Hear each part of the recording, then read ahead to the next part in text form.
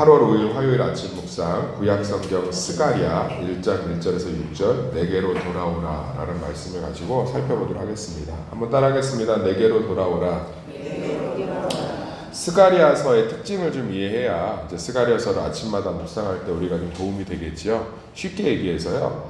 포로로 끌려갔던 이스라엘 백성들이 남유다가 멸망하고 포로로 끌려갔던 이스라엘 백성들이 바사 다리오 왕 제2년에 이제 하나님 앞에서 1차로 귀환을 합니다. 그러니까 하나님의 큰 은혜죠. 그냥 니네 돌아가라 이렇게 해서 돌아와요. 돌아와서 이제 성전하고 성벽, 자기의 집들하고 이걸 재건하려고 했는데 황망하겠어요? 안 황망하겠어요? 황망하죠. 우리식으로 얘기해 드릴게요. 남편이 갑자기 부도가 났어요. 이제 뭐 어떻게 살 거예요? 어느 날 병원에 갔는데 이미 사기래. 뭐 어떻게 할 거냐? 오늘 아침 자녀가 울면서 전화 왔어. 김서방하고 이혼할 것 같다. 그러니까 우리 삶에 이런 일들이 많아요. 황망한 거예요. 돌아는 왔는데 돌아오라고 해서 열심히 가서 뭐 해보려고 몸부림치고 70년을 버틴 거예요. 바벨론 포로에서 버틴 거야. 참 열심히 살았어요. 유대인들이. 뭘 꿈꾸면서? 돌아갈 것을 꿈꾸면서. 그래서 돌아갈 걸 꿈꾸고 했는데 하나님이 한 세대인 100년도 되기 전에 70년 만에 다리오 왕을 통해서 포로가 귀환돼서 왔는데 야 이거 너무 많이 야 이거 너무 많이 부서졌는데 사람이요 뭔가 어려운데 아까도 얘기했지만 뭐 갑자기 김서방하고 이혼할 것 같아 뭐 갑자기 뭐 사기래 뭐 여보나 사실은 회사가 어려워서 그동안 진 빚만 몇 억이야 뭐 이렇게 나오면 순간에는 어떻게든 살아보자, 뭐 버텨보자 하지만 직면하면 어때요? 만만치 않아요. 만만치 않아요. 얘네들도 돌아가서 보니까 돌아갈 때는 굉장히 뜨거운 마음으로 돌아가요. 뜨거운 마음으로 돌아가는데 돌아가서 보니까 그래서 이제 뭘 해야 될지 몰라서 다 주저앉아 있는 상태예요. 뭔가를 해보긴 해보는데 안 되는 거지. 이거 뭐 어떡할 거예요? 뭘 어떡할 거냐? 그런 상황에 하나님께서 따라합시다. 학개, 스가랴, 말라기 이 세 명의 선지자를 보내서 그들을 격려하고 있습니다.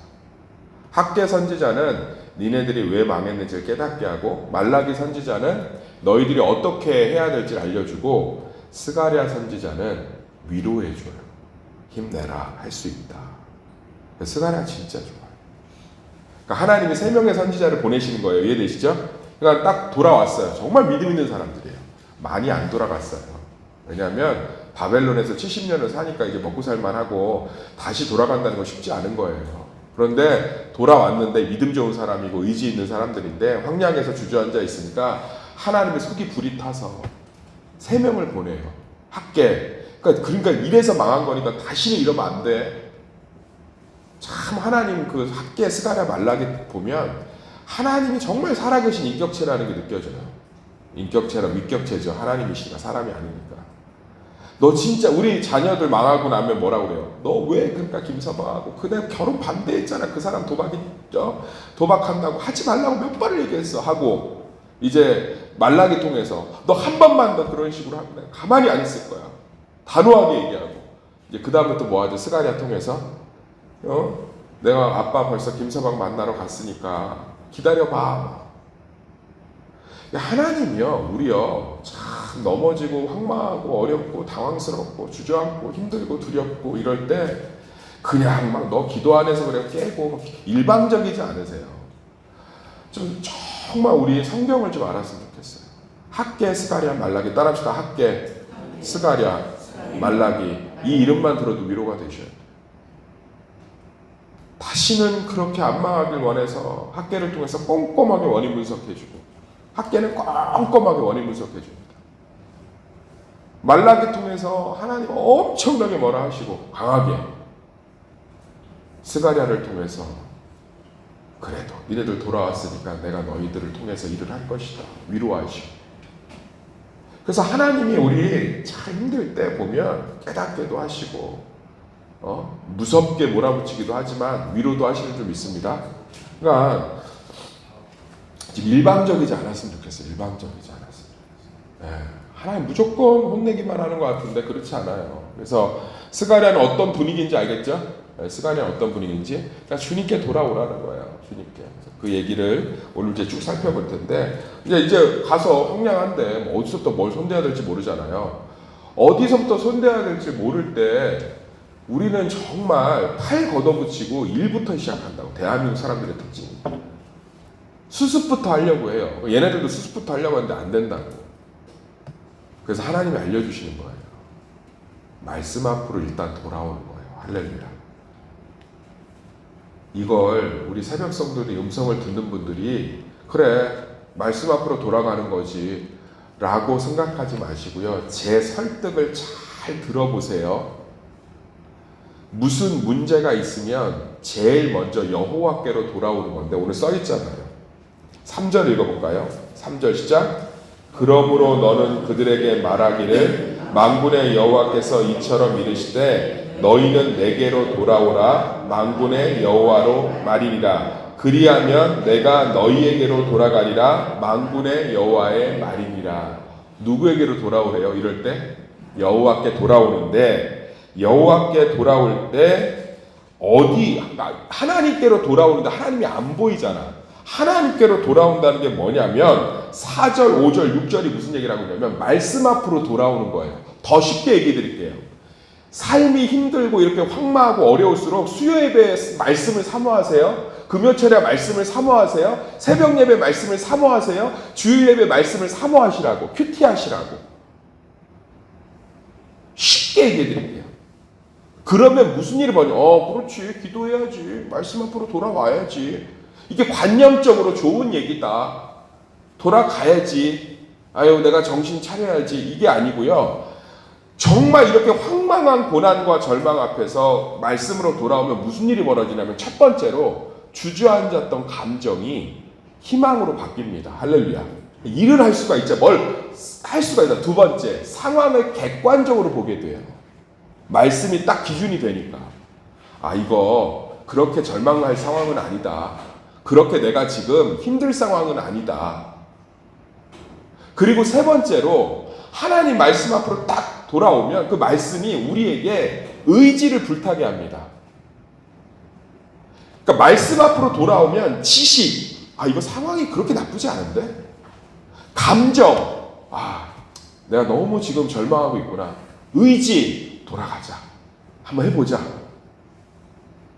지금 이 사람들에게 하나님이 기적을 보내서 갑자기 막 중장비가 나타나고 천사들이 달려들어서 같이 성전 재건하고 성벽 재건하고 안 해요.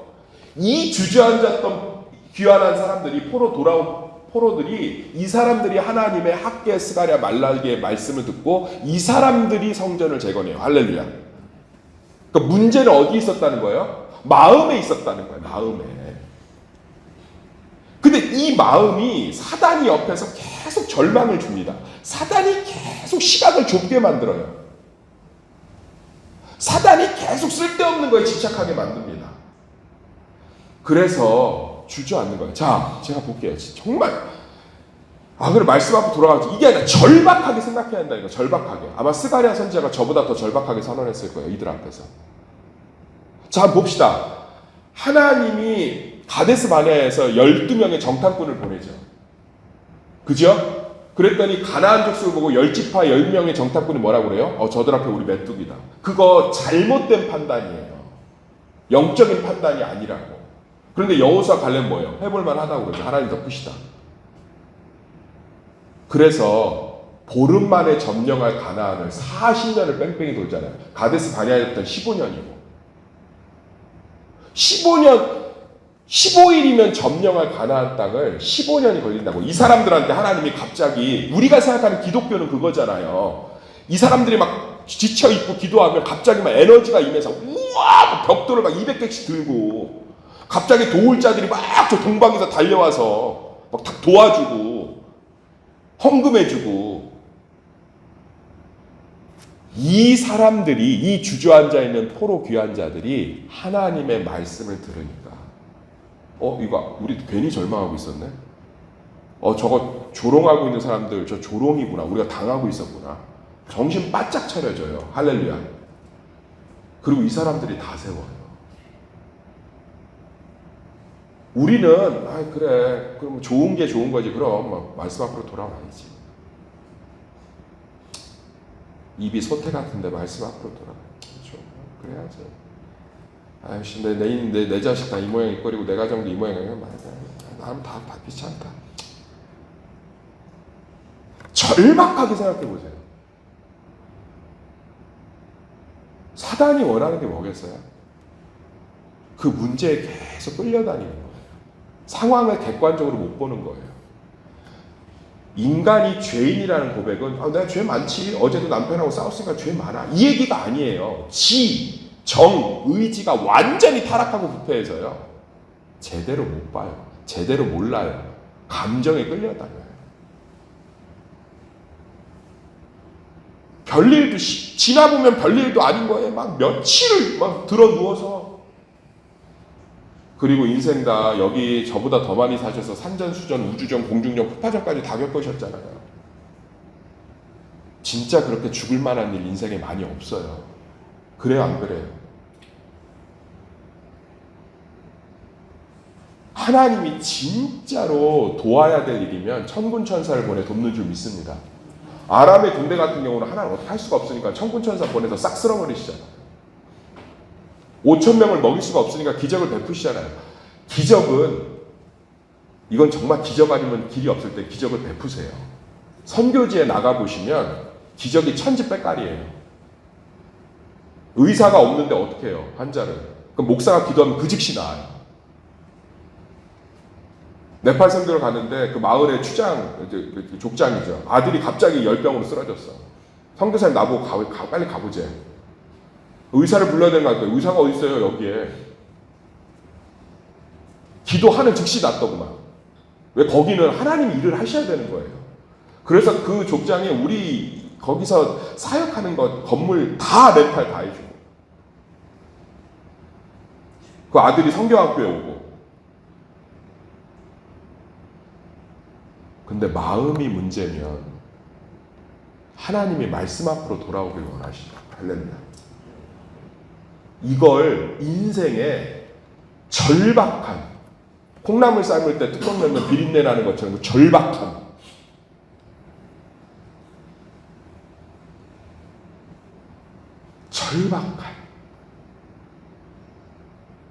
김치 담글 때 절인 배추 그 집 아니면 절대로 우리 집은 안 먹는다고 하는 그 절박함. 그렇지. 말씀 좀 돌아가야지. 말씀 붙들어야지. 그 절박함이 되시기를 예수의 이름으로 축원합니다. 내가 이게 속상해서 그래요. 세수만께서 목회를 해보니까. 객관적일 수 없어요. 상황을 객관적으로 판단해서. 이 사람들이 이제 스가랴를 살펴보면 전혀 객관적이지 않아요. 사마리아인들이 얘네들이 건축하면 뒤에서 돌 던지고 조롱하는데 겁나서 돌밖에 안 던지는 건데 그거에 완전히 쫄아 있어요. 우리 건축하면 돌 던지네. 죽을 수도 있겠다. 근데 스가랴 선지자의 말씀을 통해서 이제 깨닫는 거예요. 아니 반대로 생각해봐. 얼마나 쟤네들도 우리가 겁이 나면 돌밖에 안 던지겠어. 그래요, 안 그래요? 진짜.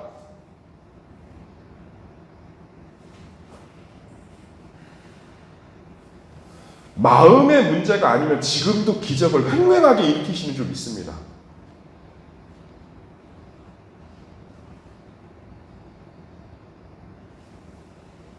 우리 삶에 절박한 것들 있잖아요. 파마는 꼭 그 집 가서 하잖아. 절박하게. 왜? 다른 집에서 하면 이 스타일이 안 나온다며.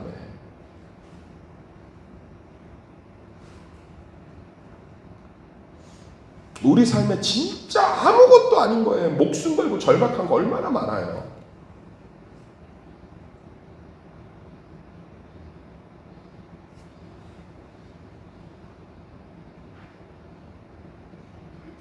그런데 이 절박함은 반드시 제가 지금 설득을 완벽하게 하고 싶어서 그래요. 그렇지. 공부해야지. 나 운동해야지. 나 이제 운동해야 되는데. 큰일 났다. 거기까지 우리에게 말씀이라는 거. 아니요. 한 번만 마음을 바꿔보세요. 우리가 생각보다 감정에 끌려다니고요. 사단이 감정을 잘 사용하고요. 이성적이지 못하고 객관적이지 못하고요. 시각이 굉장히 편협하고 좁아져 있어요. 그런데 말씀 앞으로 딱 돌아오면 희망이 생기고 소망이 생기고 사실이 보이기 시작하고 능력이 생기기 시작하고 의지가 불타기 시작하고 하나님 주시는 강건함이 시작되고 주변이 화평케 되기 시작합니다. 할렐루야. 그럼 하나님이 일하시는 목적까지 갈 수가 있는 거예요. 엘리야가 850명과 싸워서 이겼죠. 850명하고 싸워서 이겼다고. 바알과 아세라 선지자, 그 거짓 선지자들하고 하나님이 불덩이를 내려서 다 쓸어버리시잖아요. 그런데 이세벨의 편지 하나. 오늘 이세벨도 왜 썼을까요? 체면 때문에 쓴 거예요. 다 죽었으니까. 지가 아끼던 선지자들 싹 죽었잖아. 체면 때문에 쓴 거야. 나라는 가만히 있지 않을 거다. 오늘 밤에 너희 네 목숨을 취할 거다. 무슨 수를 취해요? 싹 죽었는데. 그런데 로뎀나무 안에서 뭐예요? 죽여주세요. 죽여주세요. 죽여주세요. 죽여주세요. 나만 남았습니다. 아니 그럼 바알하고 아세라 선지자 850명 목친 사람들 하나님 뭐라 그래요? 무슨 너만 남았니? 숨겨둔 자 7천. 야 너만 남지 않았다. 죽여주세요. 죽여주세요. 나만 남았어.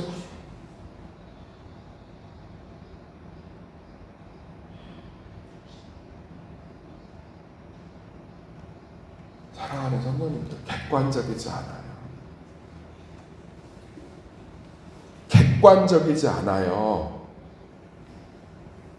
스가랴 선지자가 그래서 위로가 필요한 거예요. 제대로 좀 봐. 말씀 앞으로 돌아오시길 소망합니다. 힘들고 어려울 때는 절박하신 거예요.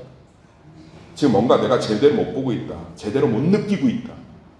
그 말씀 앞으로 돌아오면 그게 아주 사실, 우리는 말씀만이 사실을 얘기해 주는 줄 믿습니다. 어떤 분이 긴 글을 보냈어요. 투병 중이신데. 목사님, 제가 말씀을 들으며 깨달았습니다. 쭉 그 투병 가운데 하나님이 자기가 절망했던 것이 얼마나 잘못된 관점이었는지를, 아직 자기 삶에 소망이 있다는 거죠.